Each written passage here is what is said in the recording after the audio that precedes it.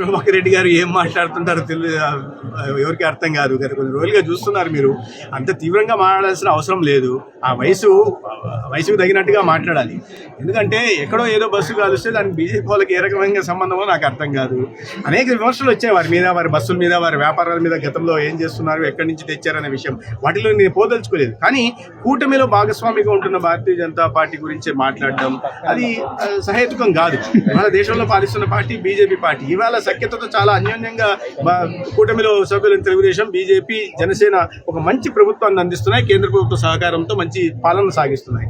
ఈ నేపథ్యంలో ఏదో తన వ్యక్తిగత విషయాలను తీసుకొచ్చారు, ఏదో రాష్ట్రానికి సంబంధించిన విషయంలాగా మాట్లాడడం, ఒక అర్థం లేని విమర్శలు బీజేపీ మీద చేయడం అనేది మంచిది కాదు. వారి గౌరవం, వారి వయసుకు తగిన విధంగా మాట్లాడాలి.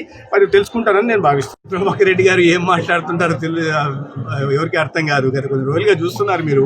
అంత తీవ్రంగా మాట్లాడాల్సిన అవసరం లేదు. ఆ వయసుకు తగినట్టుగా మాట్లాడాలి. ఎందుకంటే ఎక్కడో ఏదో బస్సు కాలుస్తే దానికి బీజేపీ వాళ్ళకి ఏ రకమైన సంబంధమో నాకు అర్థం కాదు.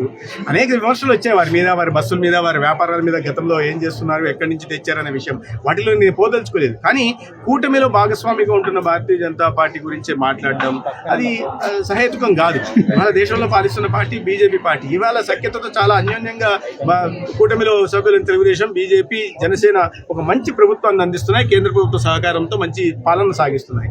ఈ నేపథ్యంలో ఏదో తన వ్యక్తిగత విషయాలను తీసుకొచ్చారు, ఏదో రాష్ట్రానికి సంబంధించిన విషయంలాగా మాట్లాడడం, ఒక అర్థం లేని విమర్శలు బీజేపీ మీద చేయడం అనేది మంచిది కాదు. వారి గౌరవం, వారి వయసుకు తగిన విధంగా మాట్లాడాలి. వారు తెలుసుకుంటారని నేను భావిస్తున్నాను.